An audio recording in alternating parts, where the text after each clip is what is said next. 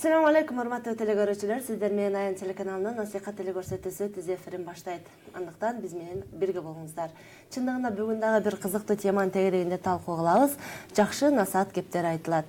Бул дүйнөдө адам үчүн ар нерсе баалуу болот экен. Айрымдар үчүн ден соолук, кээ бир үчүн достук, айрымдар үчүн байлык, кээ бир үчүн жаштык, айтор ар башка. Бирок бул дүйнөдө баарынан баа жеткизбайлык бул ата-эне болуусу зарыл.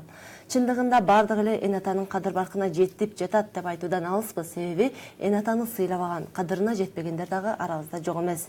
Мына ушуларды көрүп туруп, балким булар эн атанын орду канчалык деңгээлде жогору экендигин билбей жаткандыр деген да суроо пайда болот. Мына ушундан улам бүгүнкү биздин көрсөтүүбүздүн темасы бул ата-эненин орду деп аталмакчы.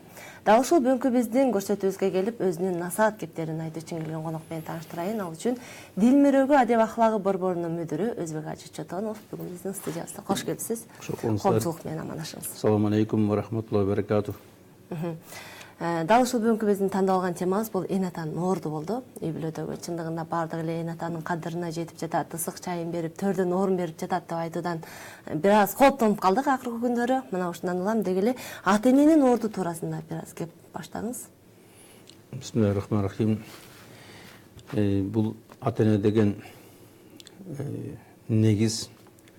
Ошо ата-эне баланы бул дүйнөгө алып келгенге себепкер болгон, анан кыйналып баккан, түнү күнү уктабай, денеси ооруп, көп кыйналып, араң чоңойткон, бапестеп баккан, өзү жебей баласын жезин деп, өзү кийбей баласын кийсин деп өстүргөн ушул ата-эне, ошо мээримин төгүп, ошону адам болсун деп көп менен жумшаган ата-эне, баласына жакшылык каалаган, баласын жакшы делеген, түнү күнү бала жөнүндө ойлогон ушул ата-эне.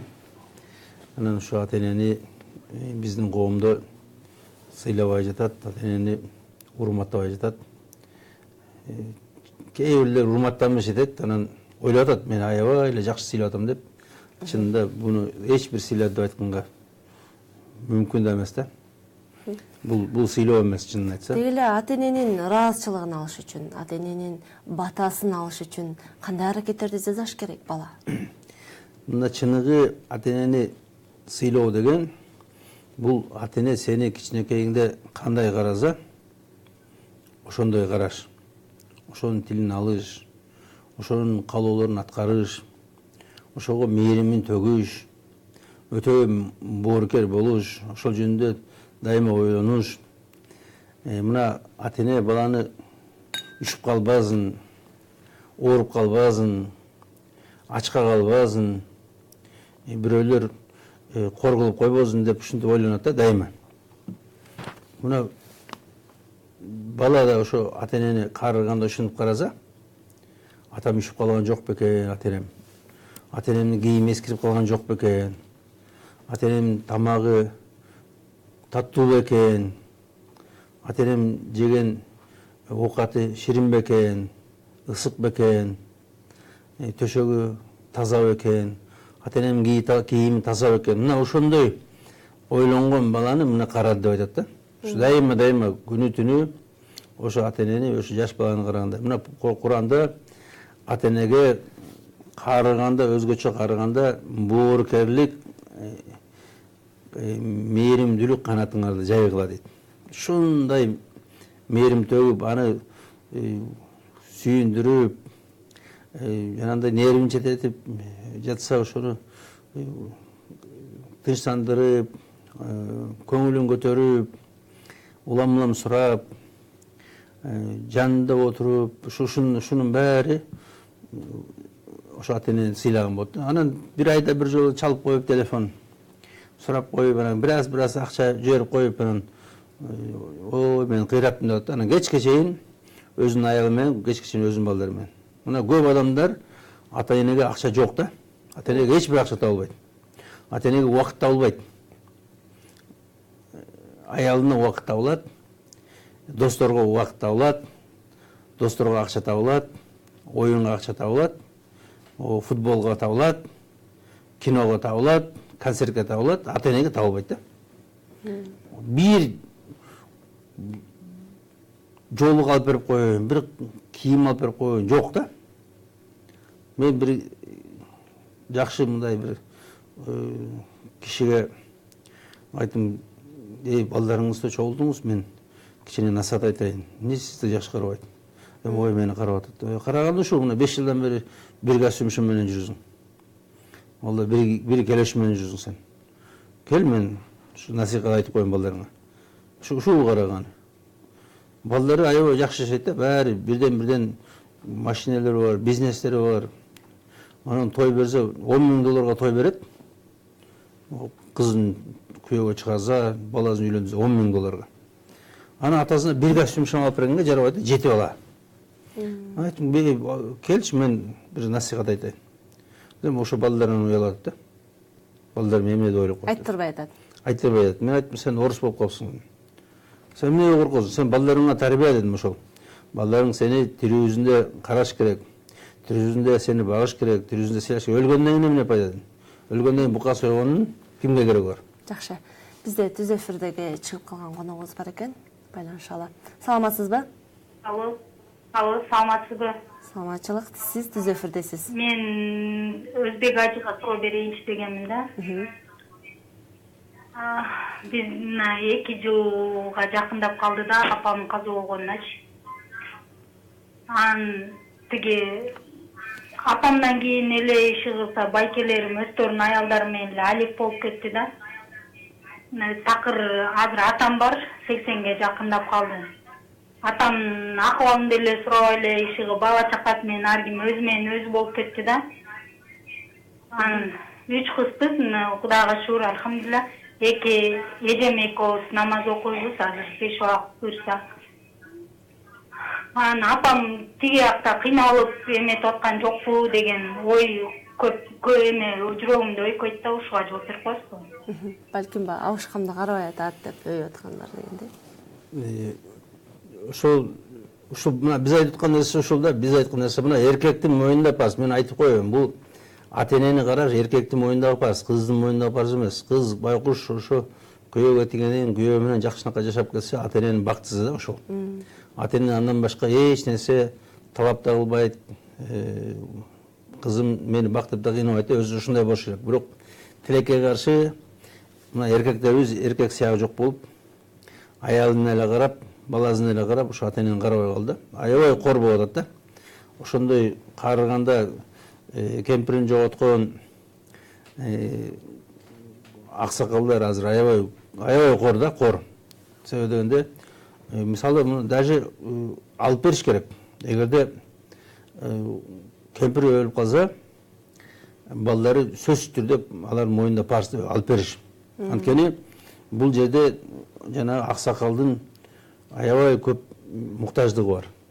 Кийимин которуп туруш керек, бир нерселерди унутуп калган эскертип туруш керек, таягын алып бериш керек, мазын таап бериш керек, бир нерселер жоголуп калса ошону эметиш керек. Дагы көптөгөн муктаждыгы бар. Анан ошо кемпирден башка эч ким аны аткара албайт да. Ошон үчүн эгерде кемпир өлүп калса, үйлөндүрүш керек бала. Мен жана айттым, ошо сени кичинекейиңде, жаш кезиңде кандай караса, ошондой караш керек деп. Мына үйлөндүрүш керек болсо, үйлөндүрүш керек атаны. Апам кыйналган жокпу деп атат. Апасы апасын да караш керек, апасын багыш керек. Апа көп кыйналбайт анча. Бирок баары бир жанында энени да өзүнчө калтырып коюп, өзүнчө жашаганга калтырып койгон. Жогорудагы кыздын суроосу, апам каза болуп калган деп атпайбы, атам калган деп, жана апам тигил дүйнөдө кыйналган жокпу, атам каралбай калды деп атат да, ошол. Апасы тигил дүйнөдө кыйналбайт, атасы кыйналат, атасы. Атасы мына бул дүйнөдө кор болуп атат да, ошол аксакал кор болуп атат да бул дүйнөдө. Ошол жана балдар карабайт, же аял алып берип койбойт, кемпир алып берип койбойт. Анан албетте аксакал кор болуп атат да. Кыздарга түртө салуу. Бул да бул биздин чөйрөдө ушул нерсе орноду да. Ушундай катуу орноду. Аксакалдар кор болуп атат. Аксакалдар каралбай калды. Аксакал багылбай калды. Мына жана айттым, ошо өзүнүн аялын, бала чакасын да карай берет да. Мына ошон үчүн Куранда айтылганда, ким ата-энесин ыраазы кылбаса бул дүйнөдө бейишти көрбөйт дейт. Бейишти көрбөйт. Анан эгерде ата-эне нааразы болуп, кечтим сен балалыктан изе, кыямат күнүндө ошондой бала суракка да алынбайт. Сурагы жок эле дозокко кирет да. Эч кандай сурак жок. Мына ошондой катуу Алла Тааланын жазасы. Алла Таала эгерде ата-эне ачуу келсе, Алла Тааланын ачуу келет дейт. Эгерде ата-эне ыраазы болсо, Алла ыраазы болот дейт. Мына ошону урматтаганда биз жакшы билели. Бул жөнөкөй нерсе эмес. Ата-эне көп менет кылган. Ажеке, ошону акташ керек. Мурдагы кездечи, мисалы, азыр көбүрөөк болуп калды да, ушундай ата-энесин карагандар, жана мурдагы сиздин жаш кезиңиздерде ушундай эне атасын карабагондор болгонбу? Өтө чанда болгон. Мына 75-жылы Серафимовкага бир кыргыз кемпир түшүп калыптыр да, Индомго, карыгалар үйүнө. Ошондо аябай чуулдап, тым эле жаман катуу чуу көтөргөн, ушундай кыргыздар таштап коюптур деп, анан алып кетишкен да.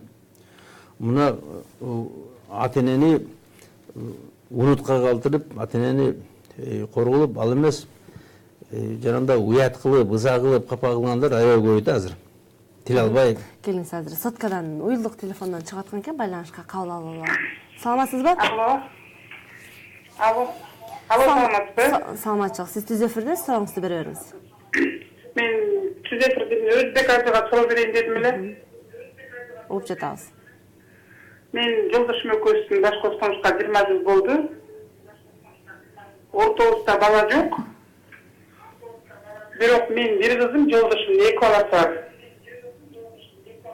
Мен ошолорду үчөөнү бирдей көрүп тарбиялап өстүргөм. Турмушка бергем, энелик милдетимен кутулгам, үйлөндүргөм. Энелик милдеттен кутулгам. Азыр ошо жолдошумдун кызынын баласынын 3төн балдары бар. Менин өзүм кызым турмушка чыга элек. Тез айтып. Тилекке каршы ошо жолдошум да мага аябай жакшы мамиле кылат. Өзүм да аябай жакшы мамиле кылам. Сурооңуз. Үй жайыбыз бар, жашообуз жакшы. Сурооңуз эжекеси. Бирок негедир кийинки күнү жолдошумдун баласы да кызы дагы такыр мындай башкача өзгөрүп кетти да. Мен ошого жүрөгүм ооруйт, анан жолдошум да жүрөгү ооруйт да. А мен мындай жаман сөз аларга айткым келбейт, мен түшүнөт го деп коем, жолдошум да ошентип коет. Бирок ошолордун мага кылган мамилеси кандай болуп калат, кийинки жазасы кандай болушун түшүндүрүп берип коесузбу? Жок, рахмат. Рахмат, Алла ыраазы болсун.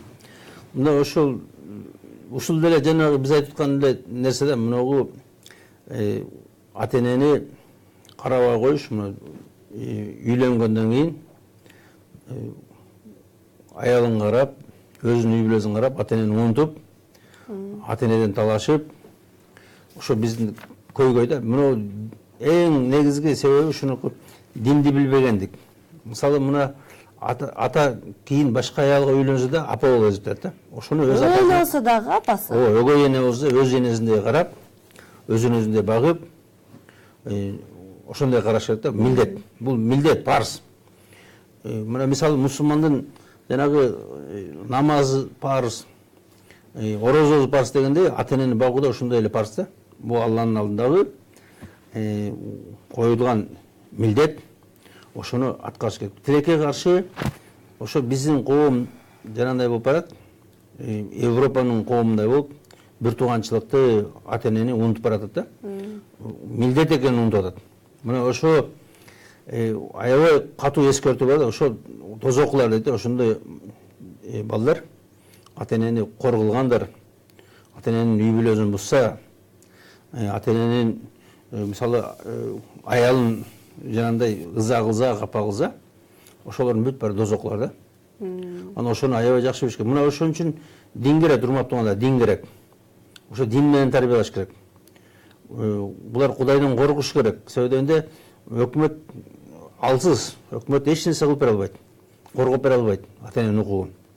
Келип бала ыза кылып, кор кылып, тилин албай, өз билгенин кылып, талашып, соттошуп, ушундай кылган бүт баарын буну Алладан башка эч ким акысын алып бере албайт да. Ошон үчүн баланы кичинекейинен баштап ошо дин тарбиясын бериш керек. Ошо Кудайдан корко турган болсун. Ошол ата-энени жанагындай сыйлай турган деңгээлде сыйлаганды билсин да. Эмесе мына чоңойгондон кийин ата энени унутуп калып атат. Ата энени карабай коюп атат, ата энени коргоп. Мен мисалы мына чоңой алып, ата энеге моюнсунбай, ата эненин тилин албай, көчөдө ээн баш кылып жүргөндөр мына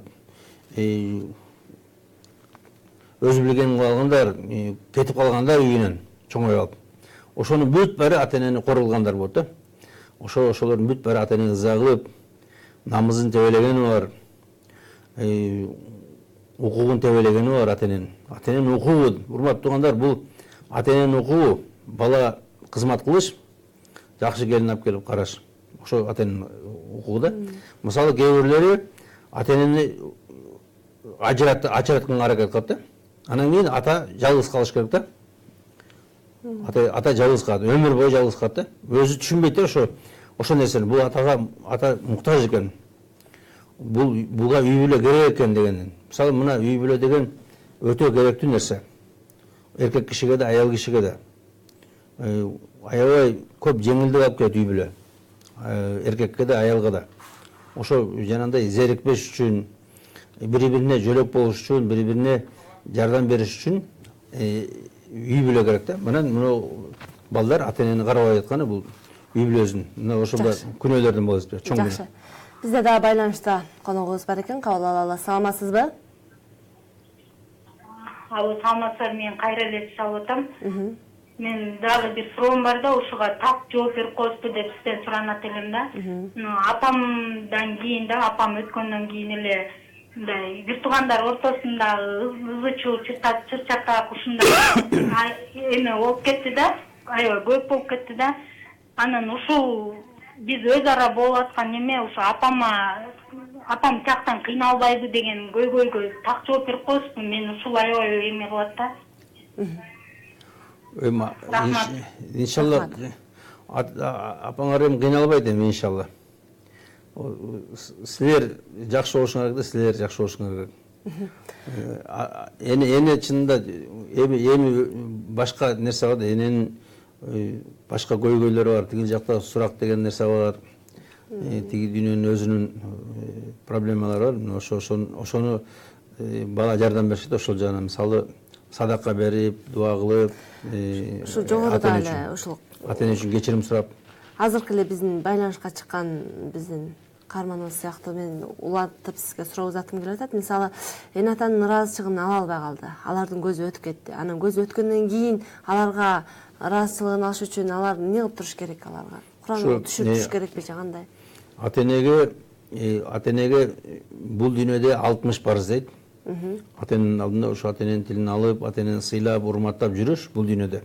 Жакшылап ызаттап, алардын намызын көтөрүп, аларды сүйүндүрүп, аларды эркелетип, ушинтип бул дүйнөдө. Тиги дүйнөдө баланын, кыздын ата эненин алдында милдети ошо жардам бергени, бул дүйнөдө сооптуу иштерди жасаш. Ошо мисалы жакшынакай болуп жүрүш, адеп ахлактуу болуп жүрүш, ата энени уят кылбай жүрүш, ата эненин туугандарын сыйлаш, ата эненин досторун сыйлаш, мына ушунун бар. Анан жанагындай көп дуа кылыш, Кудайдан ата эне үчүн ушу кечирим сураш, мына ошого окшогон иштер, садакалар, көп садака берсе, ошол ата энеге аябай көп пайда берет да.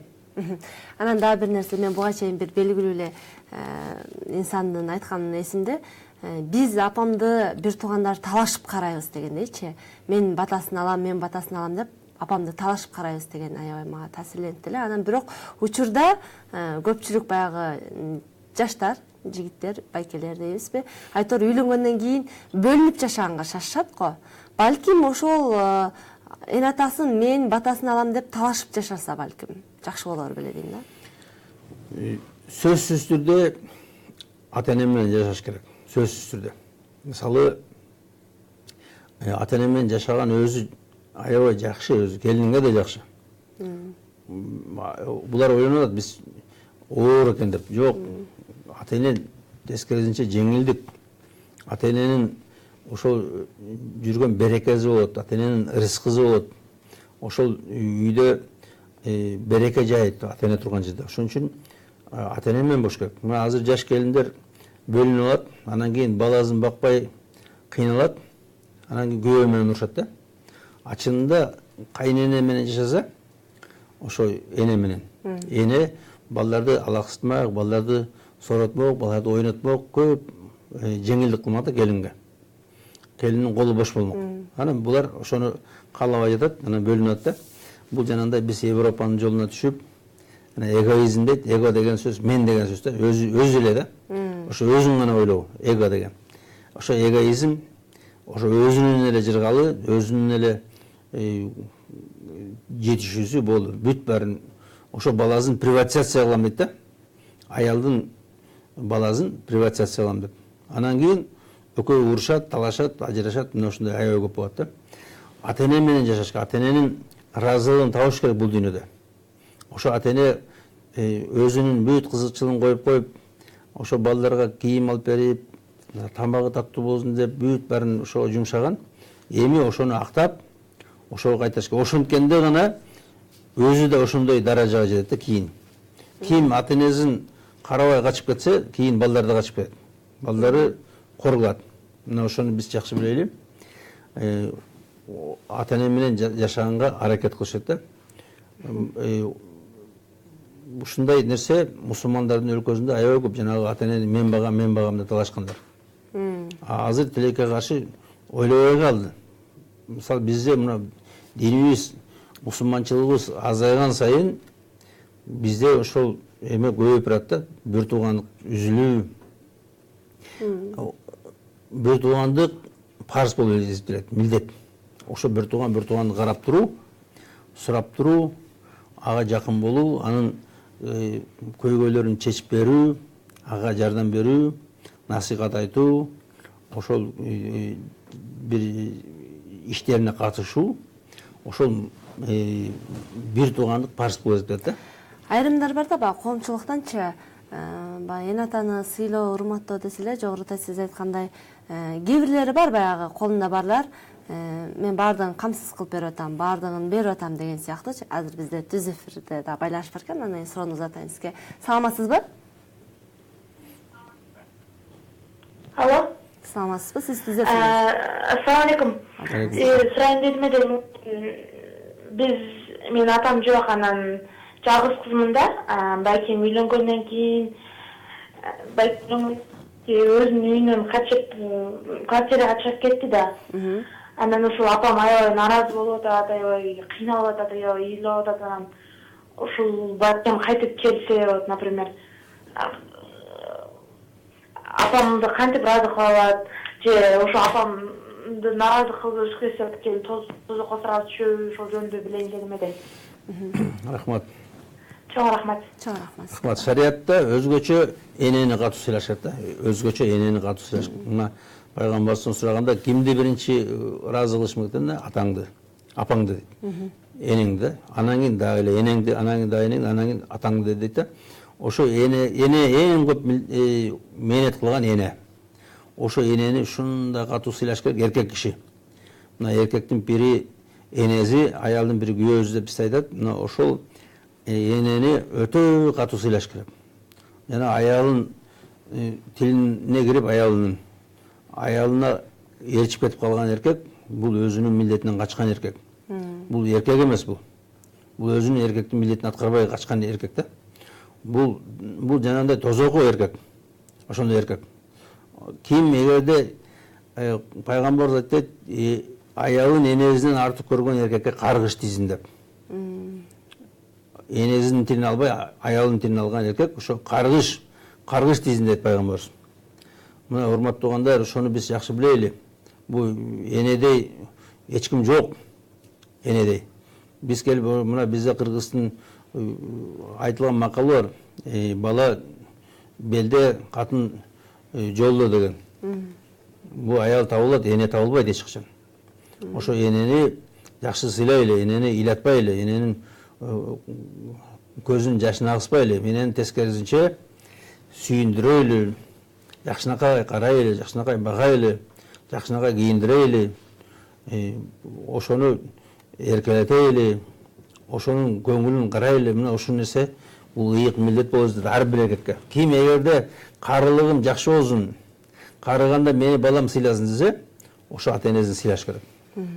Мына ушул азыркы мына айтып аткан кыздын көйгөй азыр аябай көп биздин Кыргызстанда.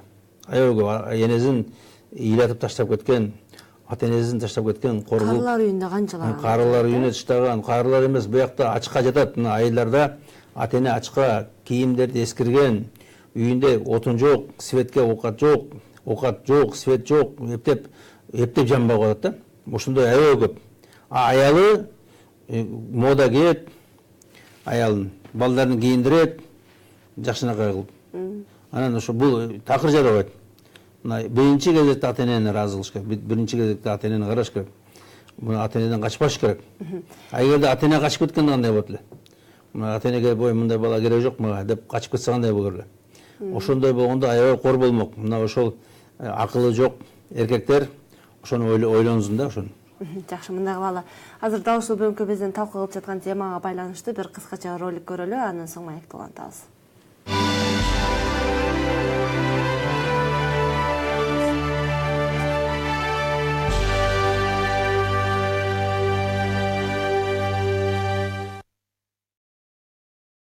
Балам, кетпечи балам.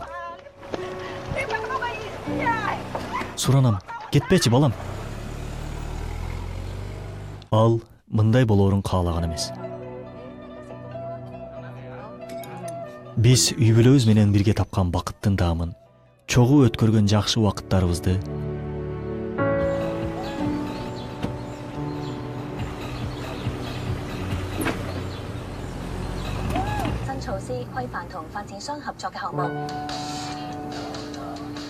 оңой эле унутуп коет экенбиз.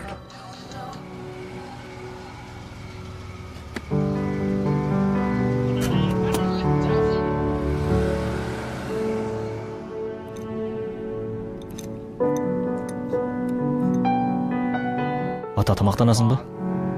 Сен саат канча болгонун билесиңби? Тамак жегенден башка таш балекет да кылбайсың. Бири-бирибизди кантип сүйүүнү эстен чыгарып коет экенбиз. Үйгө келбей эле койсоң деле болот.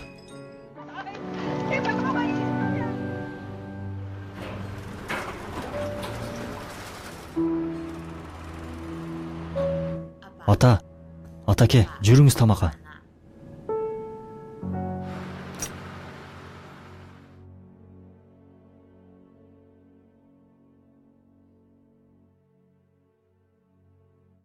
Кана эмесе баштайлы.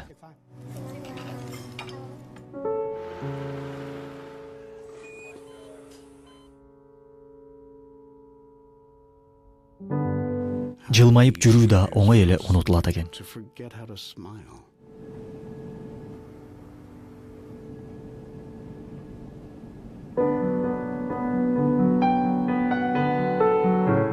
Мени жалгыз калтыргыла.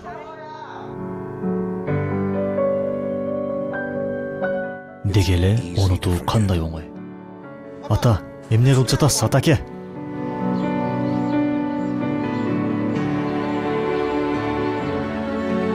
Улум, акырын-акырындан басып кетесиң.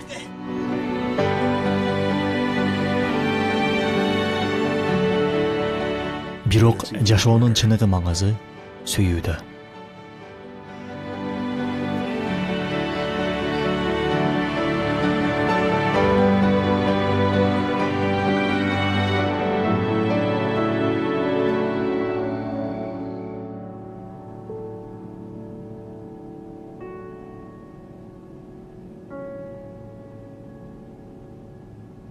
Ата, апа.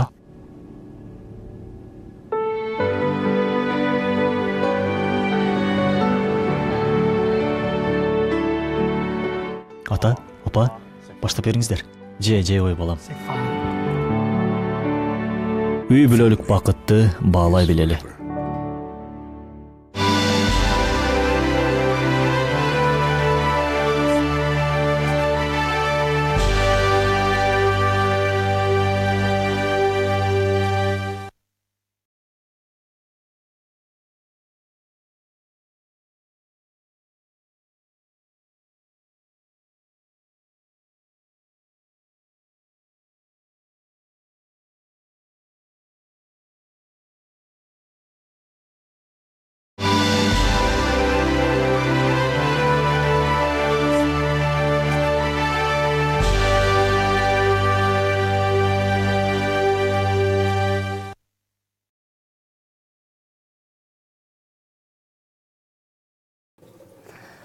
Урматтуу телекөрүүчүлөр, бүгүн биз дал ушул насыйхат телекөрсөтүүсүндө биз ата эненин орду деген теманын тегерегинде талкуу кылып жатабыз. Андыктан бизден алыстабай бизге байланышка чыгыңыздар. Жакшы маек, жакшы насаат кептердин баардыгы дал ушул биздин көрсөтүү аркылуу айтылып жаткан маалы. Ал эми мен сизге дагы бир суроону узаткым келип атат. Учурда деги эле чындыгында мурдагы кездеги эн аталардын айтымына караганда, эн ата менен бала экөө дайыма келишимде. Эн атанын айтканын бала укчу деп калат да. А бирок учурда бала балким айрымдар айтат, ар ким өзүнүн укугунан депчи. Бирок балдардын көпчүлүгү, бала болобу, кыз болобу айтор өздөрү чечим чыгарып эн ата менен кеңешпей калгандыкта. Бул да болсо эн атаны сыйлабагандыкпы же кандай? Мына азыр ушундай көрүнүш болуп калды. Бала же кыз үйлөнгөндө кеңешпейт ата эне менен. Барып өзү эле табылат. Аны өзү эле үйлөнөт. Бул деген эң жеткен сыйлабастык. Бул деген сенин ишиң эмес деген сөз да. Бул мисалы мына ата эне кызын үйлөгөндө ата эненин иши бул. Ата эне ошо кызын өзүнүн парзын аткарып милдетин. Кызды жакшы жерге узатып коеюн.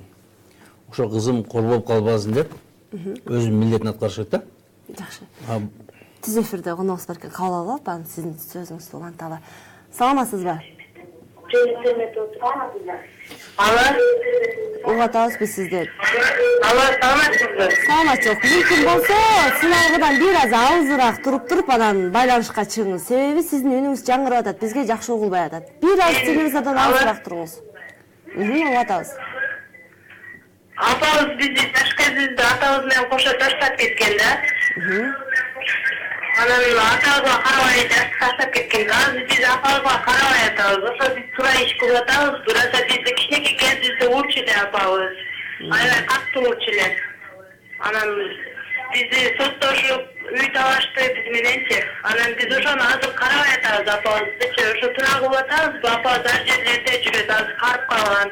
70-75 чыгып калган да.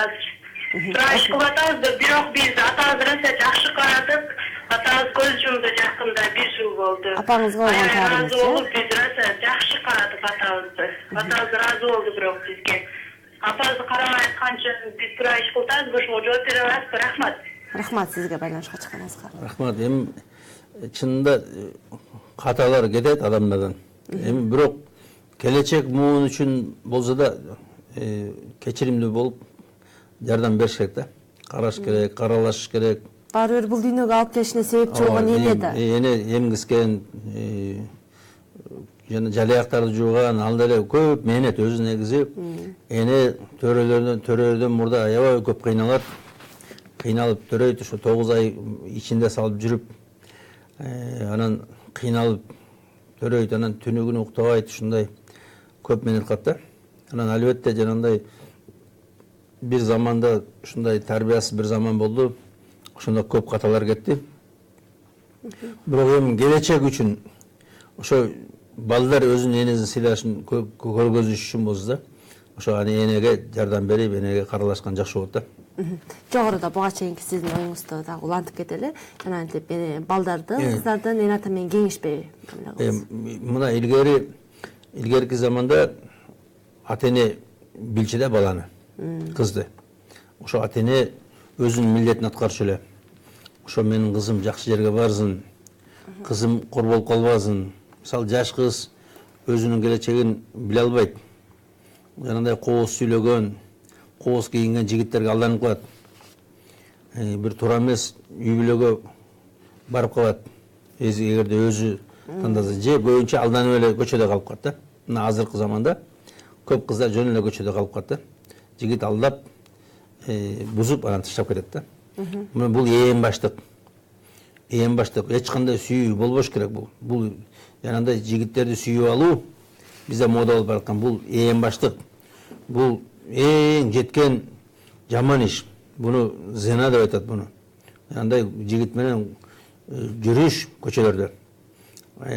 Кучакташып, колдукташып, аны менен эрди катындай болуп жүрүш бул эң чоң күнөөлөрдөн болуп жатат.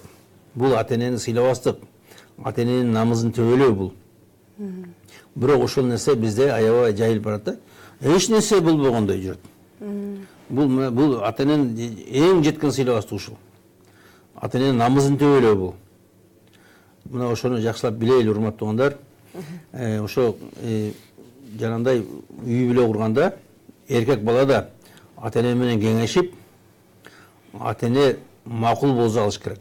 Жакшы, бизде байланышта дагы бир кулогубуз бар экен. Саламатсызбы? Алло. Саламатсызбы? Ассаламу алейкум. Алейкум салам. Алло, ассаламу алейкум. Угуп атабыз биз сизди, сиз Менин эфирдесиз. сурагым мындай. Менин аялым ата-энең, апаң, мен үйдө жалгыз балам да, апаң менен жашай албайм. Апаңдын мүнөзү, характери мага туура келбейт экен. Ошон үчүн ажырашайлы дейт. Апаң менен такыр мен бирге тура албайм дейт да. Ошого сиз кандай жооп берет элеңиз?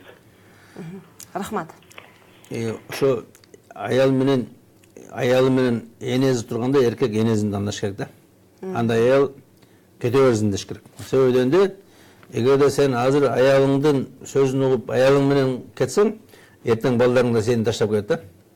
Ушул келечек ушул жерде турат да. Сен ушунча жыл сага кайрым жакшылык кылган энеңди таштап кетсең, сен анда кайрымсыз болуп эсептейсиң.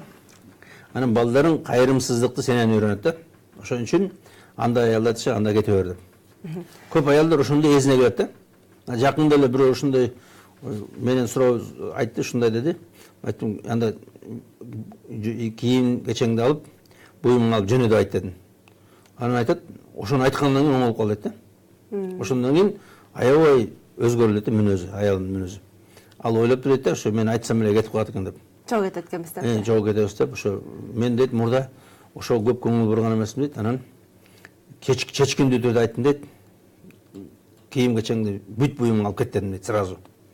Десем эле оңолуп калды дейт. Ошо менен ошондон кийин аябай мурдагыдан көп эсе жакшы болуп калды дейт. Мына ошон үчүн урматтуу туугандар, эркектер чечкиндүү болуш керек, кайраттуу болуш керек. Кете бер деп. Эне табылбайт деп жана айттык. Бул эненин алдында аялды өйдө кылбаш керек да. Буга чейин дагы суроо берип келе токтоп калдым эле. Мисалы, айрымдар айтып калат да, бул чоң жерлерде иштешет, кызматта иштешет, анан эне атаны жакшы карап жатасыңбы десе, ооба жакшы карап жатам, бардыгынан камсыз кылып койдум, акчасын берип атам, тамагы даяр деген бир ой пикирлерди айтышат. Балким биз ушундай материалдык жагы менен гана эне атанын камсыз кылып койсок эле эне атанын көңүлүн алган болуп калабызбы? Балким аларга дагы өзү ошо эне атасы төккөндөй мээрим керектир, аларга дагы жылуу сөз керектир. Биз адам болгондон кийин биз ошо сезимдерге муктажбыз да. Ошо сүйүү сезими, урматтоо сезими, энелик сезим, балалык сезим, ушул нерсе өтө керектүү адамдарга. Ата эне аз нерсеге деле каниет кыла берет. Мына ошон үчүн ата эненин көңүлүн аябай караш керек. Мына көңүл деген чоң нерсе. Ошо көңүл болгонго эне аябай бактылуу болот да, ата эне. Ошо көңүл болгонго сурап койсо, уруксат сурап чыкса, уруксат сурап келсе, Жылуу сөз айтып, жылуу сөздөрдү дайыма айтса, ошону сүйөрүн билдирип турса, кучактап турса. Мисалы, мына кичинекей баланы кучактаганда кандай сүйүнөт? Мына дал ошондой ата эне да ошондой сүйүнөт.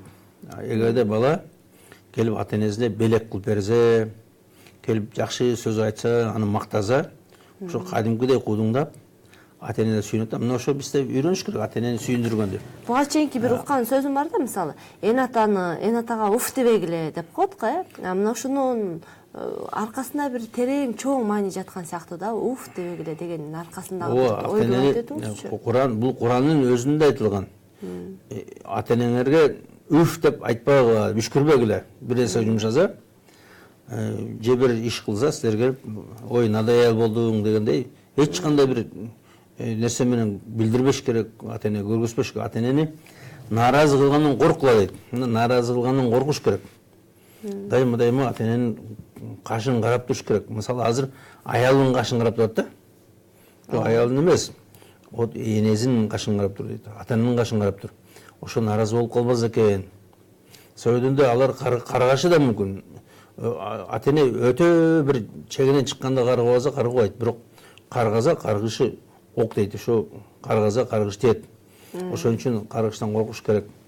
Мына балаңды да мына мисалы биздин Кыргызстан салтында ата эненин алдында баланы алганда бир уяттуу бир жаман көрүнүш болчу да, же аялын кучактоо. Бул деген ата эненин ачуун келтирет.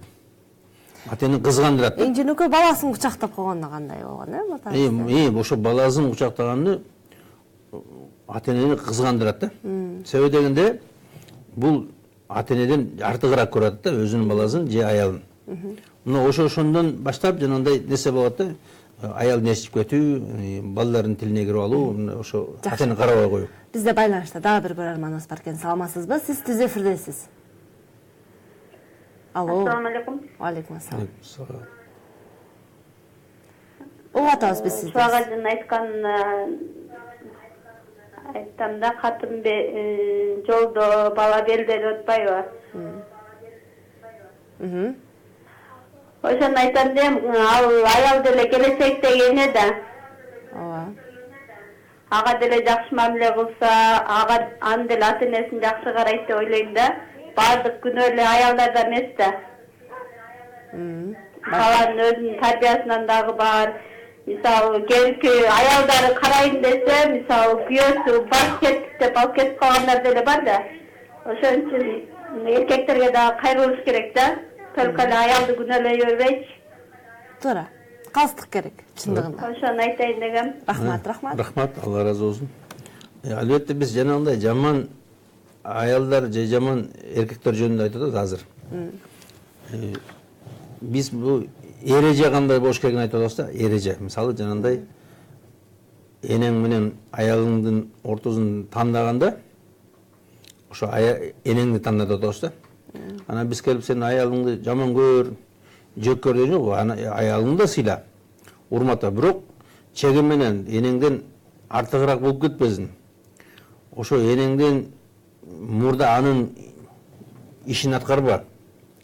Ошо номер 2 болсун да аял деген. Биз ошо жөнүндө айтып атабыз да. Аялыңды номер 2 кылып кой, анан кийин энең өткөндөн кийин сонун номер 1 болосуң. Анан бул жерде аялды пазынтуу эмес, аялды ордуна коюу да. Мисалы, энең турганда сенин аялың номер 2. Ошону унутпаш керек. Биз ошол жөнүндө айтып атабыз да, кеп. Ошол жөнүндө. Анан аялдын бүт бар 100% жаман деген жокпуз. Чынында эркектерди айттык жана башында. Эркектер аябай начар болуп калды. Чындыгында эркек балдардын мойнунда көбүрөөк милдет, эне атаны караш. Бир гана эркектин мойнунда милдет, аялдын, кыздын мойнунда милдет эмес. Мисалы, мындай болсо кандай болуп калат ажке? Эгерде бир үй бүлөдө жалаң кыз төрөлүп калды, эркек бала жок болуп калса, анда кандай болуп калат эне атаны караш? Эне атаны анда туугандары караш керек, туугандары. Кыз кишини эч качан кармабаш керек. Кыз киши ал эмес, атасы бул жакта ойлоп атса, кыз киши күйөөгө чыкканга уруксат бар. Шунчалык зарыл, тез. Анткени кыз киши үй бүлө куруп алыш керек да. Ошон үчүн күттүрбөй шарият. Мисалы бизде келип, атасы өлүп калды эле, 1 жыл күтсүн карашын деп күттүрөт го бизде. Бул туура эмес. Шарият кыз киши тез-тез үй бүлө курсун дейт. Атасы биякта өлүп атса да күйөөгө чыкканга уруксат бар. Уруксат бар да. Ушунчалык зарыл бул. Кыз кишинин үй бүлө куруп алуусу. Анан дагы бир нерсе, мисалы, эне атаны тарынтып алды.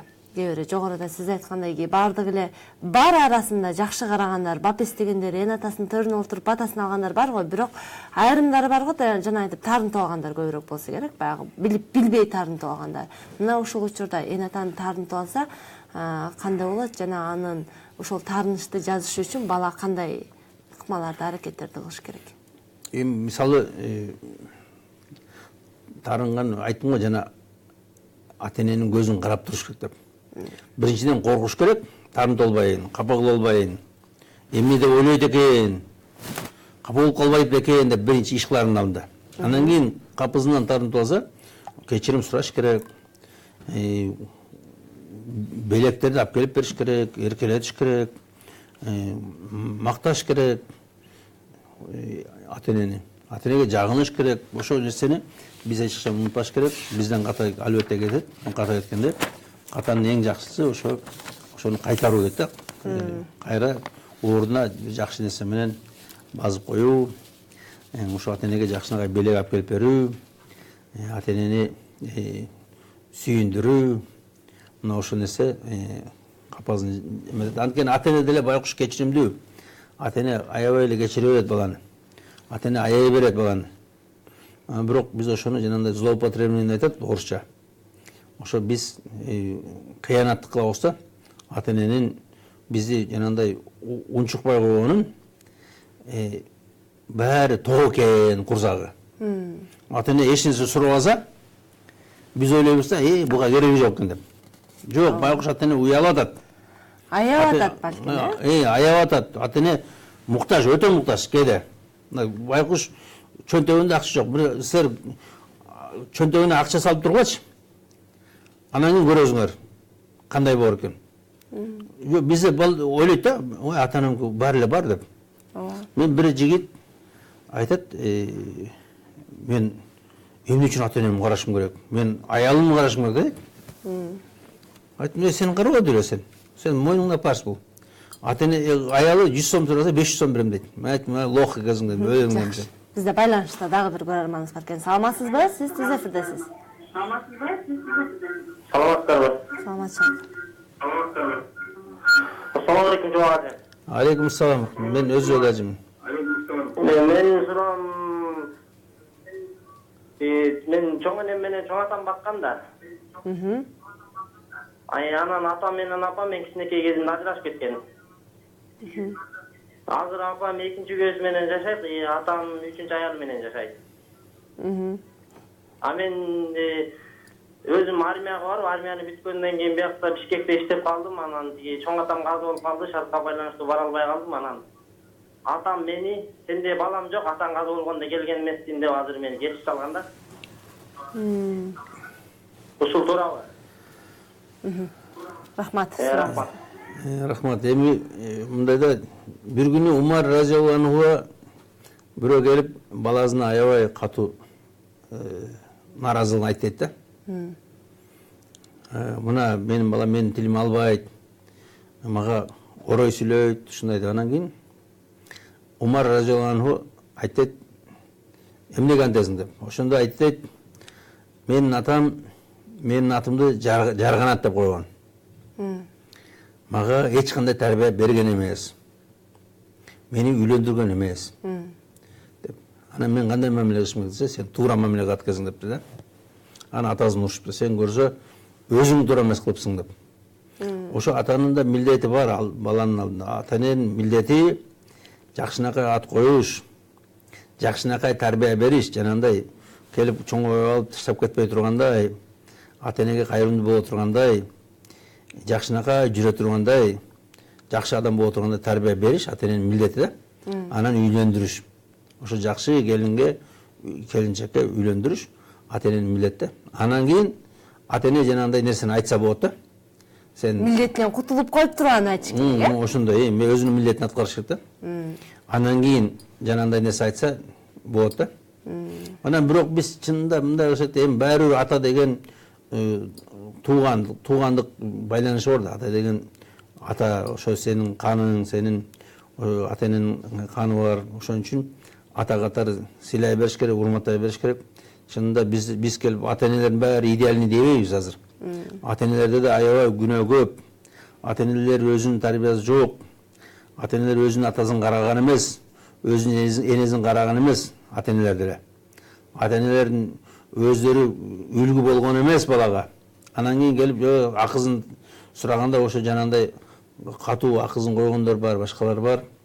Чында ата-энелерге туура эмес да. Бирок эми биз эреже ушундай, ата-энени мүмкүн болушунча сыйлайлы, урматтайлы, кечирейли, карайлы, себебинен де биздин балдарыбыз ошо бизден үлгү алсын. Эмесе баарыбыз эле мен ата-энем сыйлаган эмес, ата-энем мени уруп койгон, мени сабап койгон деп алып туруп таштап кете берсек, анда биздин балдарыбыз бизди таштап кетет да.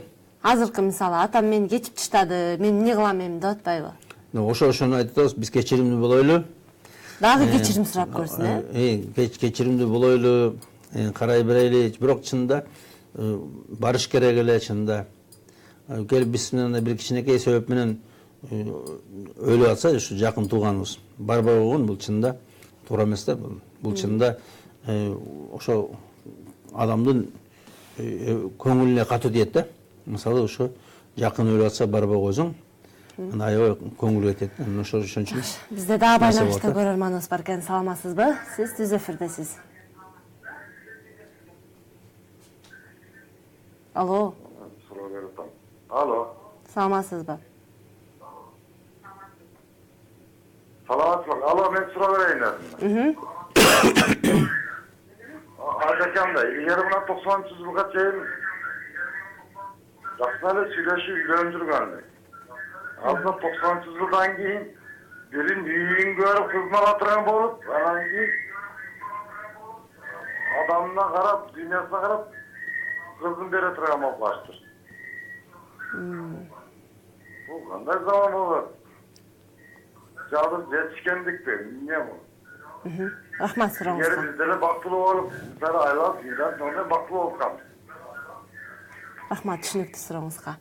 Чындыгында азыркы эн аталардын айрымдары баягы эн атасынын колунда бар бекен, тектүү жер бекен деген сыяктуу сурап берип калышты. Эми пайгамбарыбыз айткан, тандаганда иманына карагыла, адамдар сулуулугуна карайт, байлыгына карайт, анан туугандарына карайт, анан иманына карайт дейт.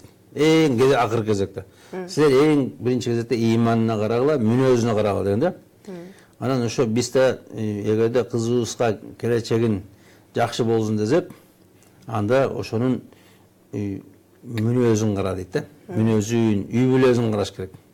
Ошол багабы, бакпайбы, ошол үй бүлө тартиптүү үй бүлө, ошол үй бүлө менен жакшынакай бир тууган боло алабызбы, ушул кызым ошол жерде кор болбойбу деп ошону караш керек эң биринчи кезекте.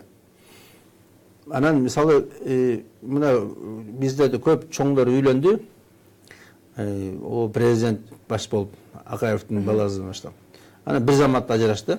Ошо ошогон чоңдордун көбү ушундай жанагындай кызматына карап үйлөдү, анан кийин баары эле ажырашып кетти көбү. Ошо кызматына караш, кызмат бүгүн бар, эртең жок. Байлык бар, бүгүн эртең жок. Анан бирөөдүн байлыгына карасаң кор болуп каласың. Ошон үчүн байлыкка караш керек. Бирок ошол тегин караш керек дейт. Анан ошонун жанагындай социалдык деңгээлин да караш керек. Ошо барган жерде кызым кор болбойбу, кызым ачка калбайбы, кызымды базарга чыгарып койбойбу, кызымды кара жумушка салып кор кылып койбойбу, ошону сөзсүз түрдө караш керек. Ошо ата-эне Дагы айрымдар баягы коомчулукта чындыгында көбү эркектикинде айтайын, эркектикинде келип ошо байдын кызына үйлөндүрүп коюн деген бул эң туура эмес. Кор болот да. Анда ошо кордукка берет да баласын. Анан сизге да баягы жыйынтыктоочу сөз катары акыркы суроону узаткым келип атат. Балким бул эн аталардын сыйлабастыгы дагы, балким айрым эн аталар бар. Мен баламды заманбап кылып, учурдун талабына ылайык ачык айрым тарбиялайм деген бир ой пикирлер бар. Балким ошонун улам дагы ушундай эн атага жасаган кайдыгер мамилелик көбөйүп жатабы деген бар, сөзсүз түрдө. Ушунун негизинде көрсөтүүнү бир аз жыйынтыктоотуңуз. Чынында көп ата-энелер балдарын тарбиялабай жатат, үйрөтпөй жатат, үлгү көргөзбөй жатат. Мына биз урматтуу ата-энелер өзүбүз үлгү болойлу, өзүбүз ата-энени кантип сыйлаганын балдарыбызга көргөзөйлү. Ошо биздин сыйлап атканыбызды көрүп, анан кийин балдар бизди ошондой сыйлайт да. Анан ошого жакшылап тарбия берели, муну балдарыбыз ошону билсин. Ошо күнөө болот, ата-энеге акырайып караган, ата-энеге ачууланып караган, ата-энени коркуткан, мен азыр өлөм деп. Мен өлөм деп коркуткан, мен үйдөн кетем деп коркуткан, аябай чоң күнөө болот деп үйрөтүш керек баланы. Кичинекейинен баштап, күндө какшап, ар кандай мисалдарды айтып, ошону үйрөтөйлү, балдарыбызды тарбиялайлы. Ата-энени сыйлаган кандай болот экен? Ата-энени чындап сыйлаган, ошо мусулманчылыкта аябай жакшы жазылган. Ошо биз айттык, жанагындай сени кичинекейиңде кандай караса, кандай мээрим төксө, ошондой мээрим төгүп, ошолорду ошондой карап, ошолорду ошондой сыйлап, ошо кийиндирип, ичиндирип, кийимдерин таза жууп берип, жаңы кийим алып келип берип, белектерди берип, эркелетип, аларга сүйүндүрүп, капазын жоюп, мына ошондой мамиле жасасак, иншалла балдарыбыз ошону үйрөнөт. Анан ошо балдарыбызды ошондой таризде тарбиялаганды бизге Алла Таала насип кылсын. Ассаламу алейкум ва рахматуллахи ва баракатух. Чоң рахмат. Урматтуу телегөрүүчүлөр, насихаттын бүгүнкү көрсөтүүсүндө биз эн атанын орду деген теманын тегерегинде талкуу кылдык. Чындыгында жакшы насаат кептер айтылды деген ойдобуз. Ар бирибиз эн атаны көзү барда сыйлай билели. Ушуну менен көрсөтүүнү жыйынтыктайбыз. Ассаламу алейкум.